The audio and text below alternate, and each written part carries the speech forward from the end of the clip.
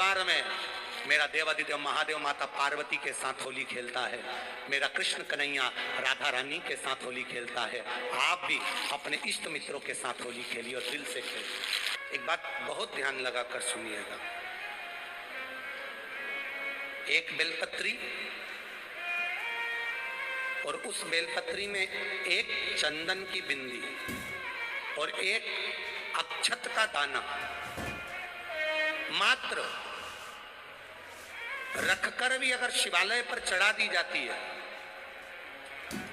एक बेलपत्री, एक चंदन का बिंदी और चंदन फिर निवेदन करेंगे। आज के जमाने में तुम लोग सब घिसा घिसाया पड़ा पड़ाया डब्बी का सामान ले लेकर, वो नहीं, चंदन की मुठिया रखो, थोड़ा सा भी घिसो, जरा सा भी घिसो, उसकी एक बिंदी और एक चावल का दाना जब हम भगवान देवादिदेव महादेव को समर्पित करते हैं, अपनी कामना कर कर समर्पित करते हैं, तो निश्चितता है कर भगवान उसका फल शीघ्र प्रदान कर देते हैं। भले आपने कुछ करा ना करा, उसका फल तुम्हें मिल जाए। शरीर में बहुत बड़ा रोग हो गया, छूटने को तैयार नहीं है, बड़े बड़े इलाज करवा लिए, बहुत दिखा लिया, बहुत सब दूर इलाज करवाया, सब दूर दिखाया, पर मिटने को तैयार नहीं है, तो फिर अबीर का प्रयोग, एक चावल का दाना, एक श्वेत पुष्प और अबीर भगवान शंकर को समर्पित कर धीरे धीरे धीरे धीरे शरीर का रोग अपने आप समाप्त होना प्रारंभ हो जाए। होली में मोटे मोटे डूंड जलाए जाते हैं। डूंडा की राख तैयार होती है, उसका कालापन जो तैयार होता है उसको उठाकर ले आए और कपड़े में उसको छान कर राख तैयार कर 3-4 बार छानने के बाद उस भस्म को 12 बजे से 1 बजे के बीच में शिव जी को समर्पित कर देता है और उस भस्म को उठाकर उसमें घी मिलाकर मस्तक पर तिलक लगाकर चले जाता है। वो जिंदगी में कभी हार नहीं सकता, विजय ही पाता, उसकी कभी हार नहीं हो सकता। 13 तारीख को रात्रि को होली जलेगी, 14 तारीख को खेली जाएगी। 5 मंदिर में हम भी केसरिया जल चढ़ाने के लिए बाबा को जाते हैं। महादेव की होली सीहोर में मनाते हैं, वो 15 मार्च की रहेगी। सीहोर में महादेव की होली होती है, आप लोग आए हो? जैसे तुम्हारे ब्रज में होली होती है, ऐसे हमारे सीहोर में जिस दिन होली जलती है उसके दूसरे दिन नहीं, होली जल के दूसरे दिन तो दुरणी होती है, उसके दूसरे मतलब जैसे आज होली जली है तो कल हमारे यहाँ महादेव की होली नहीं होगी, परसों ऐसा होता है। मतलब एक दिन बीच में छूटता है, क्योंकि उस दिन तो लोगों को सबके अपने अपने परिचितों के यहाँ जाना पड़ता है, कहीं कोई गमी में जा रहा है, कोई होली खेलने जा रहा है, कोई कुछ करने जा रहा है, तो उसके अगले दिन हमारे यहाँ महादेव की होली होगी। मैं सबसे निवेदन करूंगा, कभी मौका लगे तो हम सूचना देंगे आपको, सीहोर की कथा में बोलेंगे, तो कभी मौका लगे तो एक बार महादेव की होली खेलने के लिए आप सीहोर कभी मौका लगे, तुम ब्रज की होली तो बहुत खेले होगे, एक बार महादेव की होली खेलने सीहोर। हमारा कुबेरेश्वर बाबा भी होली खेलता है, ऐसा रंग में रंगता है कि वो फिर रंग कभी छूटता ही नहीं।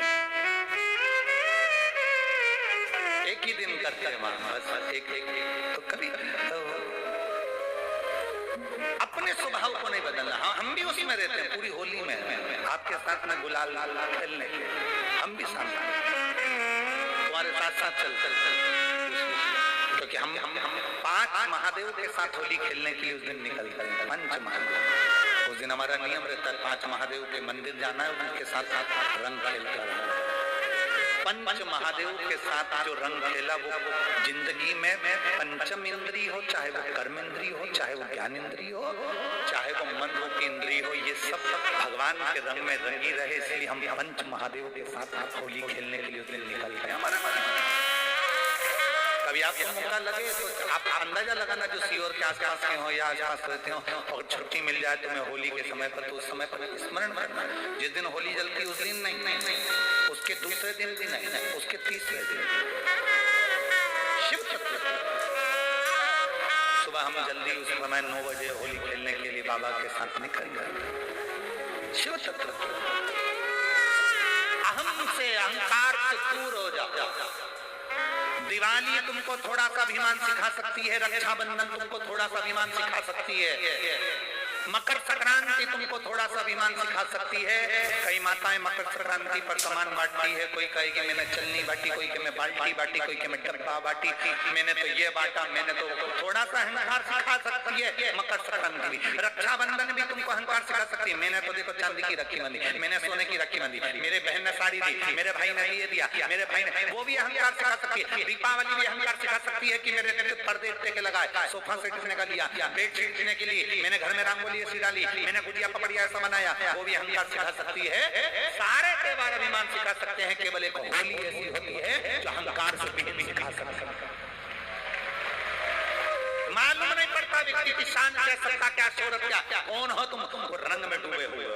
बस शिव तत्व वही कहता है, इस महादेव के रंग में एक बार अगर डूब गए तो फिर तुम उस रंग में रंगने के बाद दूसरा रंग तुम पर चढ़ता नहीं है। क्या रही है निवेदन है, अगर किसी को कलर लगा रहे हो, रंग लगा रहे हो, या किसी को रंग में डुबो रहे हो, या किसी को रंग लगा रहे हो, तो हम जिसको रंग लगा रहे हैं इतना विचार जरूर करना कि इसके साथ जिंदगी में हम कभी अपना रंग बदलेंगे नहीं, इसको और गहरा करते चलें। कलर लगाओ, खूब लगाओ, गुलाल लगाओ, खूब लगाओ, पर जिसको रंग लगा रहे हो उसमें एक प्रेम का रंग भी जोड़ो कि हम आखिरी तक ये रंग ना बदले, ये रंग ना बदले। समय बदलता रहेगा, जीवन बदलता रहेगा, पर आज के मनुष्य भी अपना रंग बदल। होली आ रही है, लगी नहीं रिया की होली जैसा है। दिवाली आती है तो लगता ही नहीं कि दिवाली जैसा है, राखी आती तो लगता ही नहीं राखी जैसा है। सारे त्योहार फीके हो गए गुरुजी। हमने कहा त्योहार फीके नहीं हुए, त्योहार का कलर फीका नहीं हुआ, त्योहार का रंग फीका नहीं हुआ है, बस त्योहार वही है, गुलाल वही है, मिठाई वही है, गुजिया पपड़िया वही है, खुरमे चकरी वही है, पपड़िया वही है, गुजिया वही है, इंसान वही है। बस बाजार में से जो रौनक समाप्त नहीं हुई है, रौनक आपके भीतर की समाप्त हो गई। आपके भीतर इतनी ईर्ष्या भराती गई, इतनी ईर्ष्या भराती गई, इतनी ईर्ष्या भराती गई कि वो ईर्ष्या के कारण, उस अहंकार के कारण, उस अहम के कारण तुम एक दूसरे से मिलना पसंद नहीं कर पाते। पहले के लोग कहते थे हमारे यहाँ जब होली होती थी इतने लोग आते थे, मिलने जाते थे, गुलाल लेकर जाते थे। आजकल तो कोई दिखता नहीं है। कारण केवल इतना सा है, तुम्हारा अहंकार, तुम्हारा ईगो, तुम्हारा अभिमान तुम्हें अपने घर से बाहर नहीं निकालता। तुम घर से बाहर नहीं निकलते अपने अहंकार के कारण, अपनी काया के कारण, अपनी अभिमतता के कारण आप दूसरे से मिलना पसंद नहीं करते। जरा सा कोई ने कलर लगाया तुम्हें क्रोध आ गया, जरा सा किसी ने गुलाल लगाया तुम्हें गुस्सा आ गया, जरा सा कोई आया भाभी जी भैया जी करके गुलाल लगा गया तुम न न न न न न न न न न न। कहाँ जाओ? इतने वीआईपी हो गए, इतने वीआईपी हो गए, इतने वीआईपी हो गए कि अपने त्योहारों से भी दूर हो गए। मेरा निवेदन है, होली का त्योहार आ रहा है, उस फागुन के त्योहार में मेरा देवाधिदेव महादेव माता पार्वती के साथ होली खेलता है, मेरा कृष्ण कन्हैया राधा रानी के साथ होली खेलता है। आप भी अपने इष्ट मित्रों के साथ होली खेलिए और दिल से खेलिए। अरे सीहोर जिले में एक होली होती थी, उस होली का नाम हमने पिछली बार बदल दिया था। कौन सी होली कर दी थी? महादेव की होली। पिछली बार हमारे सीहोर जिले में हमेशा होती आई थी वो होली, थोड़ा उसका नाम हमने चेंज कर दिया था तो उसको महादेव की होली कर दिया था। मेरे सीहोर जिले के रहने वाले सभी रहवासियों से, जिले भर के निवासियों से निवेदन करना चाहूंगा, वो पुरानी होली को बंद कर महादेव की होली नाम दिया गया है। शिव मंदिर में जाना है, चंदन का जल शिव जी को 1 लोटा चढ़ाना। एक बात अपनी जिंदगी में उतार कर रखो, शंकर भगवान को घी का दिया भी लगाओ तो तुम्हारे घर में जो असली घी हो, थोड़ा सा भले 1 पत्ती लगाओ, भले इतनी सी बत्ती जलाओ पर असली घी की जलाओ। शिव जी को अगर चंदन भी लगा रहे हो तो असली लगाओ। शंकर भगवान को चावल भी चढ़ा रहे हो तो असली चढ़ाओ। शंकर भगवान को अगर अष्टगंध भी चढ़ा रहे हो तो असली चढ़ाओ। केमिकल का कोई चीज मेरे महादेव को मत चढ़ाओ जिससे भगवान शिव की मूर्ति नष्ट हो। ऐसी कोई चीज मेरे महादेव को ना चढ़ाओ। अगर शंकर भगवान के साथ आप होली खेल रहे हो तो चंदन का पानी शंकर भगवान को चढ़ाइए, अष्टगंध का जल भगवान शिव को चढ़ाइए। तो करो तैयारी, आ रहा है त्रिपुंड धारी महादेव की होली। बड़े आनंद के साथ मेरा निवेदन, अपने शिवालयों में, शंकर जी के मंदिरों में, सीहोर जिले के प्रत्येक शिव मंदिर के अंदर चंदन का जल 1 लोटा अवश्य चढ़ाएं। महादेव की होली अवश्य मनाएं और भाव के साथ 5 मंदिर हम भी जाएंगे। कोई जुलूस नहीं, कोई क्रम नहीं, बस बाबा को आराम से जल चढ़ाना ही एक नियम है और बाबा को जल चढ़ाएंगे। आप सब बड़े आनंद के साथ महादेव की होली का स्मरण करिए। महादेव की होली के दिन अष्टगंध चढ़ता है, चंदन चढ़ता है, अबीर चढ़ता है, गुलाल चढ़ता है और शिव पर रोली कुंकू नहीं चढ़ता है। पर लिंगाष्टक के अंतर्गत कुमकुम चंदन लेपित लिंगम, यहाँ स्पष्ट किया कि कुंकु चंदन। तो महाराज जी फिर ये चरित्र का वर्णन, कुंकु तो यहाँ लिखा कि कंकु चढ़े, तो बहुत ध्यान देना महाराज। शंकर भगवान के शिवलिंग पर आपको फिर निवेदन करूंगा, भगवान शंकर का ये शिवलिंग है, ठीक है, ध्यान ध्यान। ये माता पार्वती का स्थान, बीच में सुख सुंदरी, राइट लेफ्ट भगवान के पुत्र, ऊपर 5 कन्या।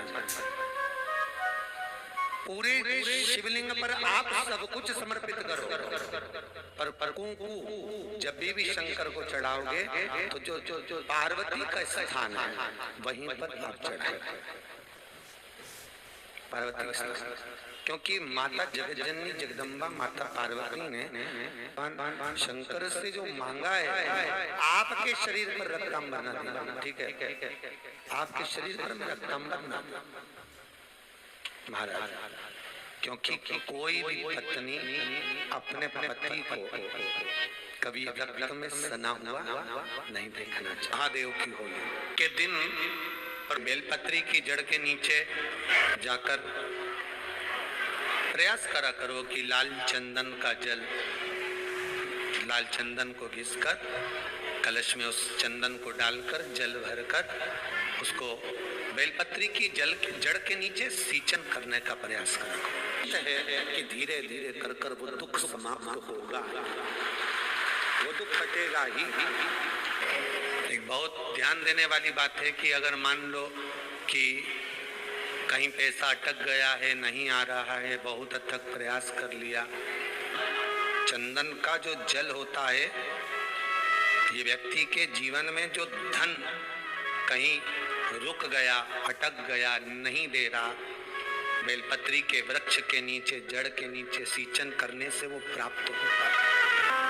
अथर्ववेद में वर्णन किया गया कि पीपल के वृक्ष की जो जड़ होती है, बेलपत्री के वृक्ष की जो जड़ होती है और आंवले के वृक्ष की जो जड़ होती है, इसके नीचे स्वर्ग का निवास होता है। किसका निवास है? स्वर्ग का निवास।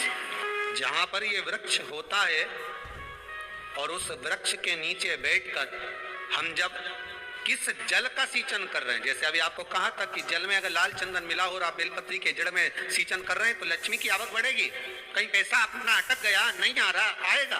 पीपल की जड़ में इत्र का जल, पीपल की जो जड़ होती है उसमें इत्र का पानी, थोड़ा सा जल, उसमें थोड़ा सा इत्र का भाग हो महाराज, और आप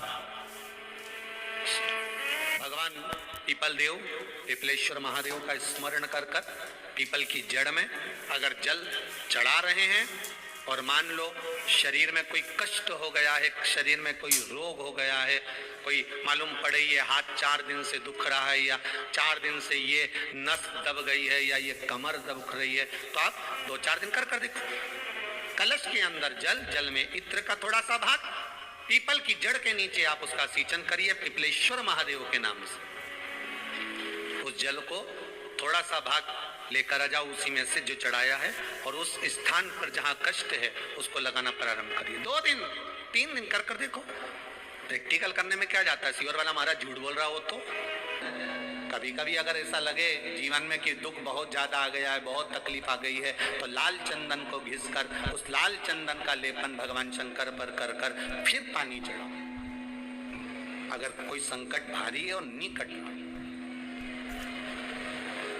जैसे किसी नारी का गर्भ नहीं ठहर रहा, 15 साल हो गए, 20 साल हो गए, 25 साल, जैसे इसने लिखा एक माता ने कि 18 साल की बेटी हो गई थी पर संतान में पुत्र नहीं, तो उसने भाव से कथा सुनी।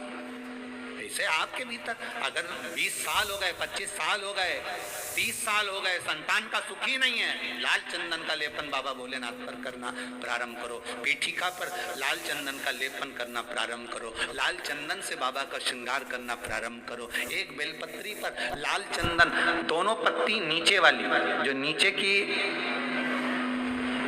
की जो 2 पत्ती होती है इस पे लाल चंदन, और बीच वाली पत्ती पर पीला चंदन लगाकर बाबा के शिवलिंग को समर्पित करिए, बाबा से प्रार्थना करिए, रोज प्रार्थना करो। परंतु एक बात का स्मरण रहे, 25 साल हो गए, 20 साल हो गए, 30 साल हो गए, संतान नहीं, तो पहले जल से अभिषेक कराना, अभिषेक कराकर उस जल का आचमन करने के बाद हाथ को खासा करना, धोना, उसके बाद में फिर वापिस बाबा का स्नान कराओ, फिर चंदन का लेपन कराओ, फिर 1 लोटा जल चढ़ाकर बाबा का स्नान कराओ।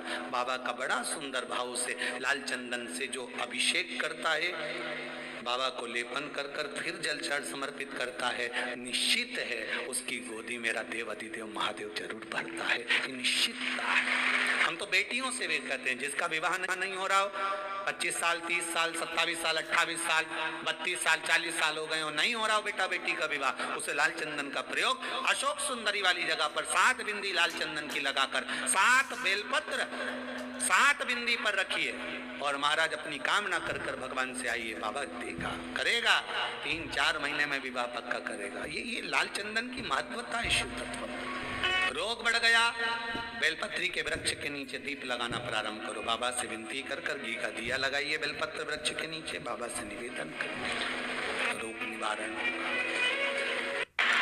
एक लाल चंदन होता है, एक पीला चंदन होता है, 2 तरह का चंदन होता है। जैसे अगर हफ्ते में 1 बार, कितने समय में, जम के बोलो जरा, हफ्ते में 1 बार प्रयास करा करो कि लाल चंदन का पानी हम शिव जी को समर्पित करें।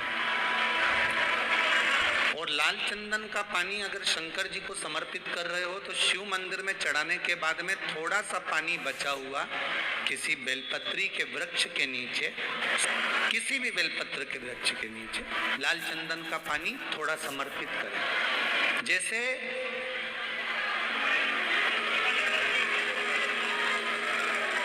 अगर बच्चों का विवाह नहीं होता है, शादी नहीं होती है, तो अपन लोग क्या करते हैं कि भाई एक बेलपत्री का जो पत्ता होता है, उस पत्ते के बीच वाली जो पत्ती होती है, उस पत्ती पर अपन केसर को घिसकर, केसर को घोलकर उस पत्ती पर अपन केसर का तिलक लगा देते हैं। और केसर का तिलक लगाकर जिसका विवाह नहीं होता, उसकी ये बीच वाली उंगली पर, ये बीच वाली पत्ती को अंगूठे से टच कर उसको रख देते हैं। उसका नाम हो गोत्र बोलकर उस पत्ती को शंकर भगवान पर किसी भी प्रदोष के दिन शिव जी को समर्पित कर देते हैं। बस इतना याद रखें कि इस पत्ती का जो मुख है वो जलाधारी की ओर होना चाहिए जब हम चढ़ाएं उस समय पर। केसर का तिलक लगाकर अंगूठे से उसको टच कर नाम गोत्र बोलकर, जिसका विवाह नहीं हो रहा है, शादी नहीं हो रही है, शिव जी को उसे चढ़ा दो किसी भी प्रदोष को। और किसी भी शिव मंदिर में आप उसको समर्पित कर सकते, किसी भी प्रदोष को किसी भी शिव मंदिर में आप समर्पित कर दीजिए, बाबा से निवेदन करिएगा, बाबा स्वीकार करेगा। और विश्वास है कि 3 महीने में बाबा उसका